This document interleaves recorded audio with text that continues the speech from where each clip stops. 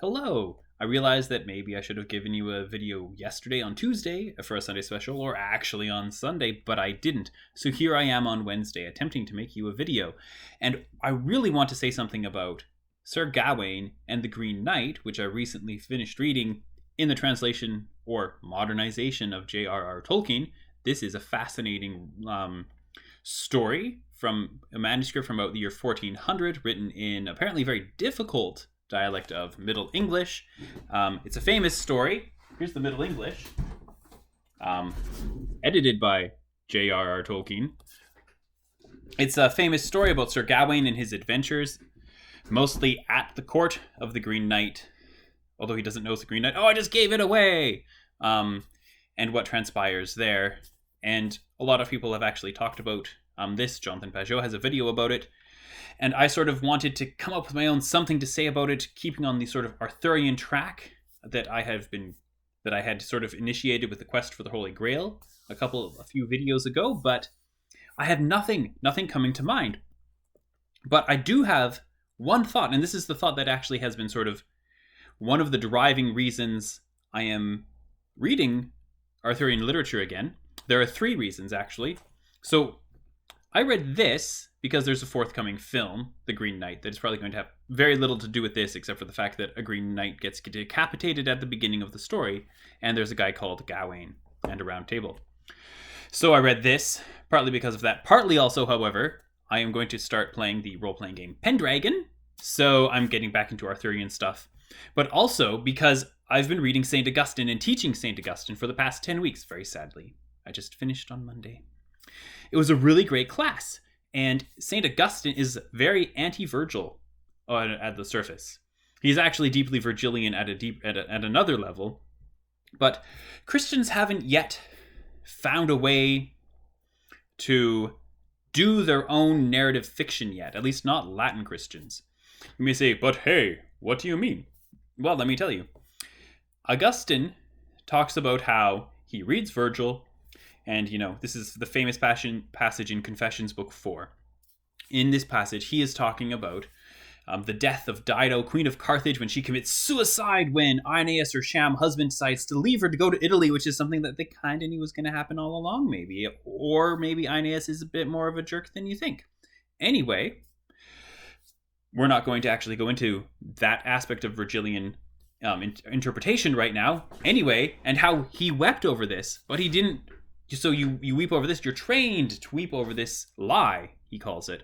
But all of these other things going wrong in the world, the sufferings of real human beings, you're not weeping over those. So we are trained, to go to the theater, to watch tragedies, to see people perform for our pleasure and our delectation, a bunch of lies? This is considered the height of culture, that we sit and we read our Virgil and our Homer and our Ovid and our Sir Gawain and the Green Knight. And we are delighted and amused, and we chuckle, ha, ha, ha, ha, ha. And this is a great time. And obviously there's no Sir Gawain. This is a millennium after St. Augustine, this is. And he sort of says, but these aren't real. These are lies. And this is a real problem, isn't it? And if you look at the earliest Latin Christian poetry, it is either not narrative, or what I wanted to backtrack for a moment. If we look at the earliest Latin poetry written with Christian themes, it is either not narrative poetry, or it is based on the Bible. It's telling Bible stories, or it is telling saints' lives. So, for example, the work of Prudentius, he has saints' lives in there. If you look at the word of Juvencus Sedulius, those are retelling the story of Scripture. If you look at the poetry elsewhere of Prudentius and some others, it's like extreme allegory party time, where the virtues and vices, this is the psychomachia of Prudentius, the virtues and the vices array themselves in battle, and poof, it's like so extreme. C.S. Lewis doesn't really like it. Don't think Tolkien likes it very much. I really enjoy the psychomachia. So to each their own, I guess, in terms of how you like your poetry and your allegory. Christians get a bit better with allegory, and one of the over time, and one of the things I've been thinking about in terms of King Arthur and Arthurian literature And specifically, of course, the quest of the Holy Grail and how it is actually perhaps an allegory or a symbolic treatment of the soul's journey to grace and heavenly benediction as found in the real presence in the host at the Grail. Thus the revelation with Joseph of Arimathea and the Mass and everything that goes on there. The reason I was reading that, besides all of this business, and the reason I was reading this, besides this new film coming out and playing role-playing games, in the Reign of Uther, my character with the role-playing game is Sir Wulfgar, who is a Dane and carries a big double-headed axe. He's also large, of broad shoulders, and has a nice smile.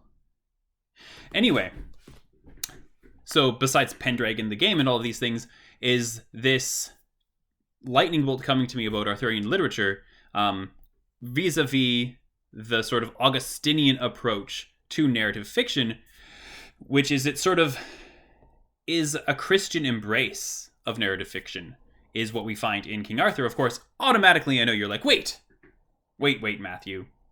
If you've read Pauline Matarosso's Introduction to the Quest of the Holy Grail, you will have found the famous quotation from the Cistercians about how annoyed they are that everyone is just getting distracted by Arthurian romances all the time. Even the monks are spending their time reading these. And once, when the brothers were bored, the abbot stopped what he was saying and then said, "Once upon a time at Camelot," and everyone perked up, and they were listening, and they were excited again. So this doesn't really strike me as being a very good argument that King Arthur, Arthurian literature, is a Christian embrace of fiction, since sort of the high spiritual Cistercian guys are, in fact, rejecting the embrace of Arthurian literature by their monks, and that is a fair criticism.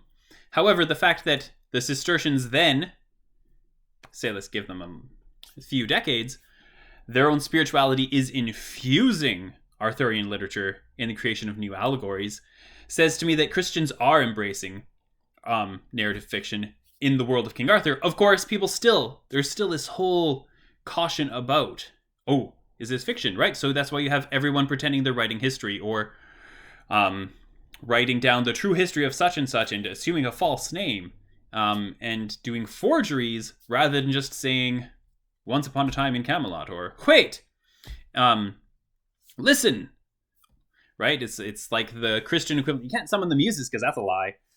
They're either demons or imaginary. But you can pretend to be somebody else. So, but with Arthurian literature then, we do start getting very Christian stories being told in narrative form. So we have, I mentioned the Quest of the Holy Grail last time. Sir Gawain and the Green Knight is actually about there's a lot going on in it. In terms of just the basic narrative itself, is this entrance into the battle of the virtue and the vices that goes on in your own heart, right? Like being tempted, but then resisting temptation in one form, but then succumbing to another temptation, and then and then being confronted with your own sin later on. These are all things that are going on there. So even the surface narrative of what Gawain goes through is a battle of the virtues and the vices.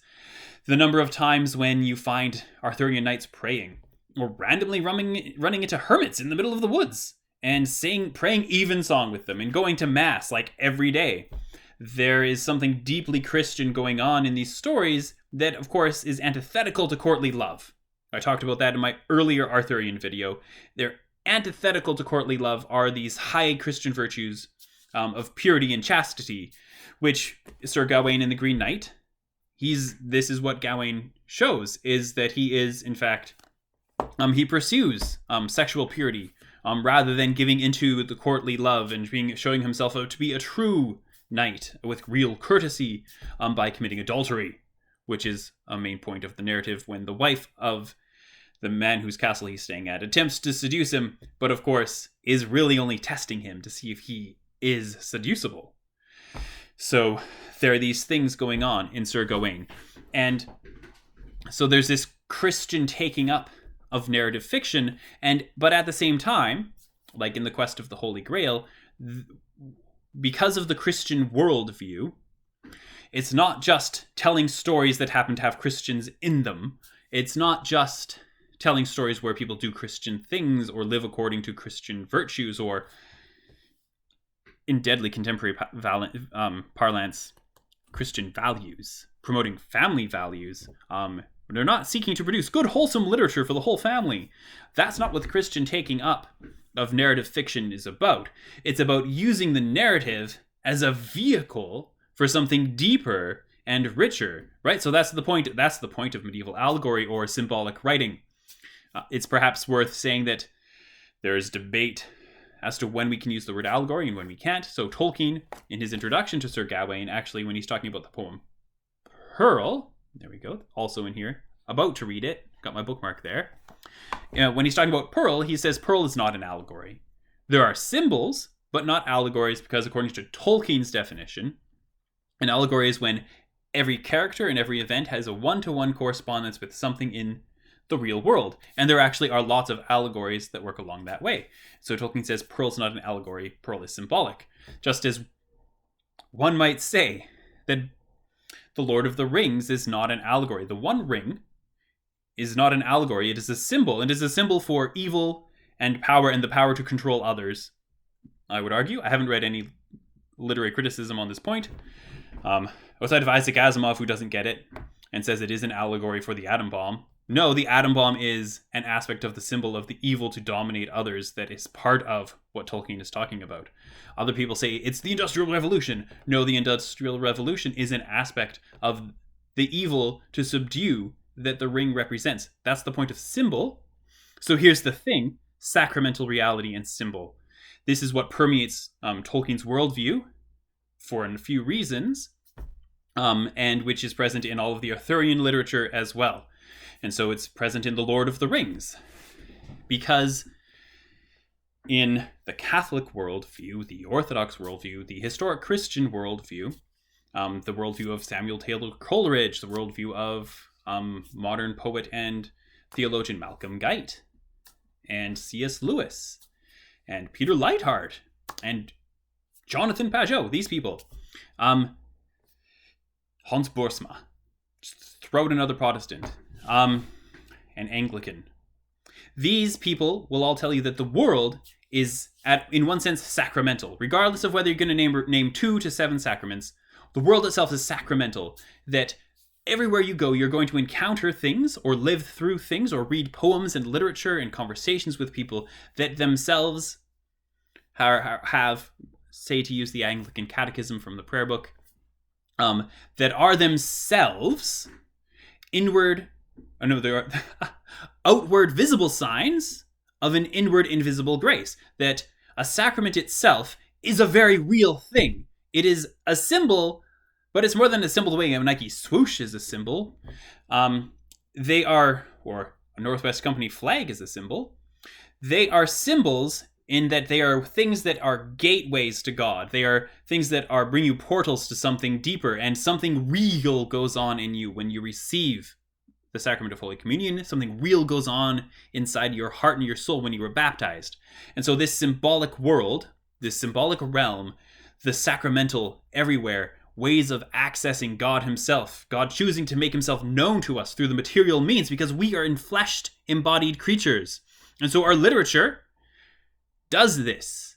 The Lord of the Rings does this through the symbol of the ring as being evil in its manifestations of the power to command others. Imperium at its worst. Or perhaps in the figures who I personally like to think of as typologies of Christ. That Gandalf, Aragorn, and Frodo in different ways are typologies of different aspects of Christ. A typology doesn't have to be an allegory. It doesn't have to have this one-to-one correspondence. Just it is type and antitype. The one points to the other. So Aragorn is the king who returns, but who is hidden until it is necessary for him to be manifest. Gandalf is the one who dies and rises again and comes back blazing in light in order to save his people. So anyway, these are just two examples. Frodo is the one who basically dies in order to save others, in carrying the burden of the ring. So those are typologies, right? That's a symbolic reading of the Lord of the Rings, which means that this morning at the cafe where I work, I was playing the Fellowship of the Ring soundtrack, and some people noticed what it was, and you sort of think it has some really epic moments, that soundtrack does. This is Howard Shore making soundtracks when they were still worth listening to. And so that's playing when you're like making a latte, right? But the Lord of the Rings is your life. Your life is the Lord of the Rings.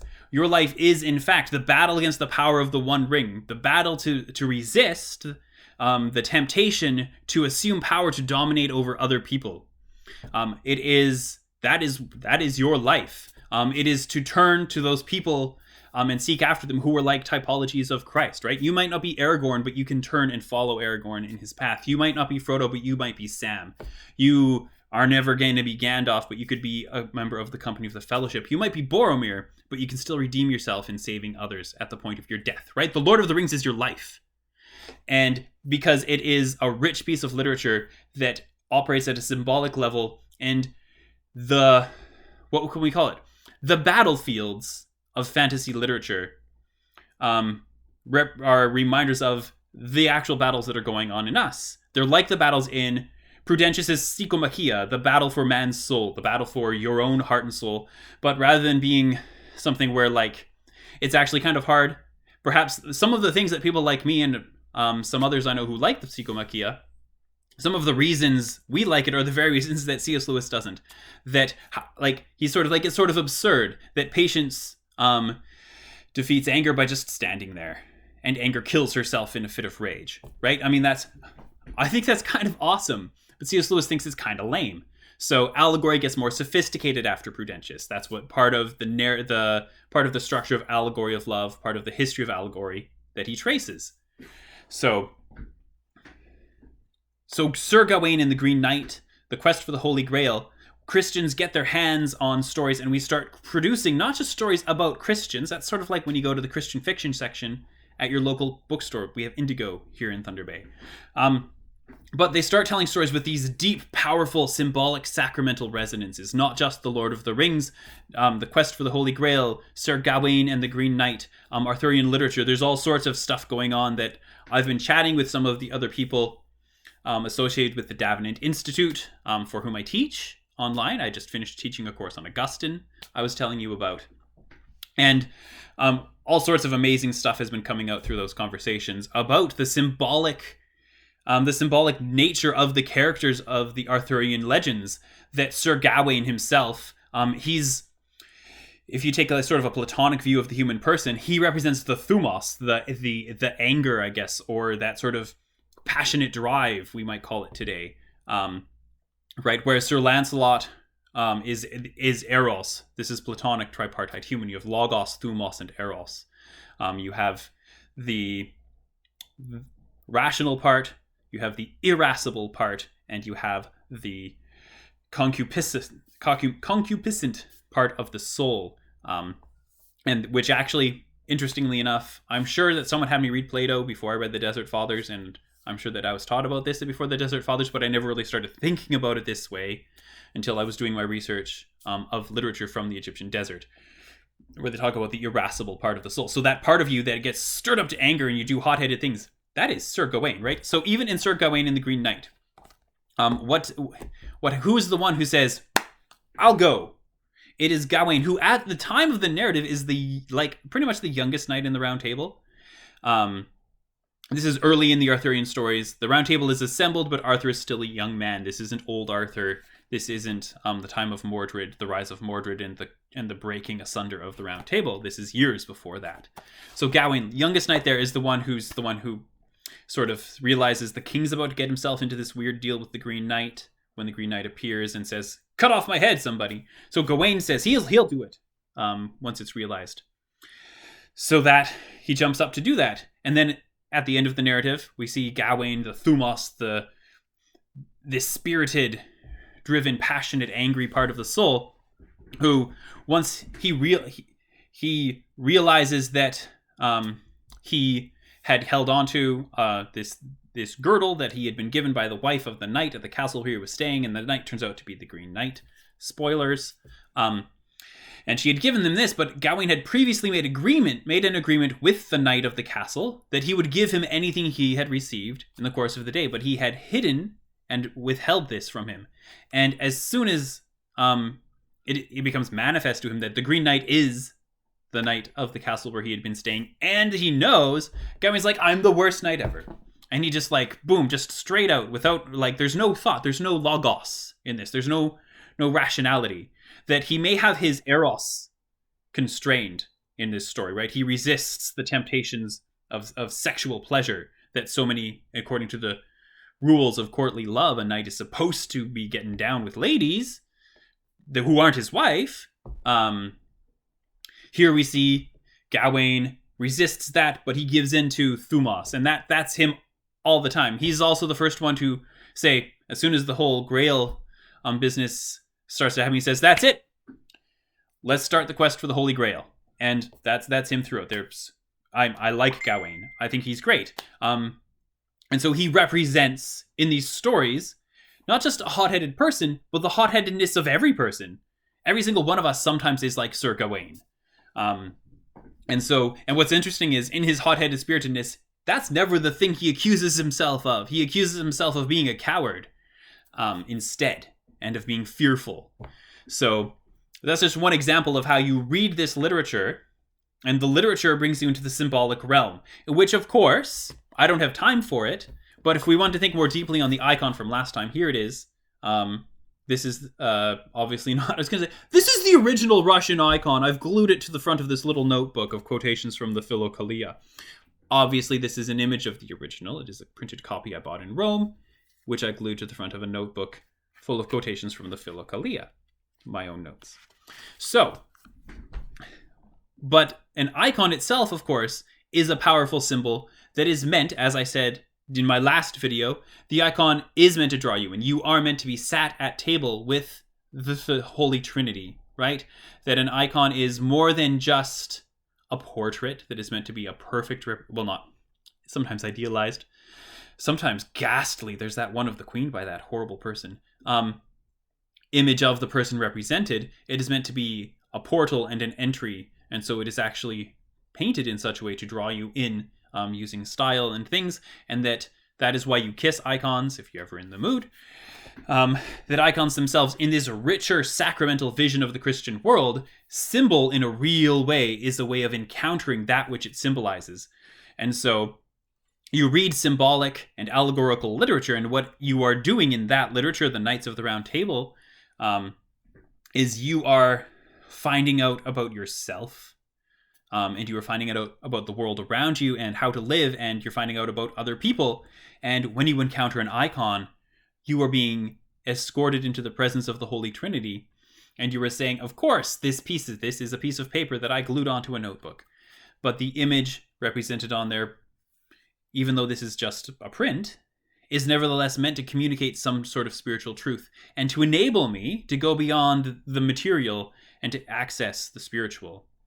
And so that's really where I wanted to go today, is that I am trying to articulate this vision of deep Christian symbolism and power, and how this is how, in the long run, Christians are able to embrace narrative fiction, and that the Arthurian literature is a really good example of that.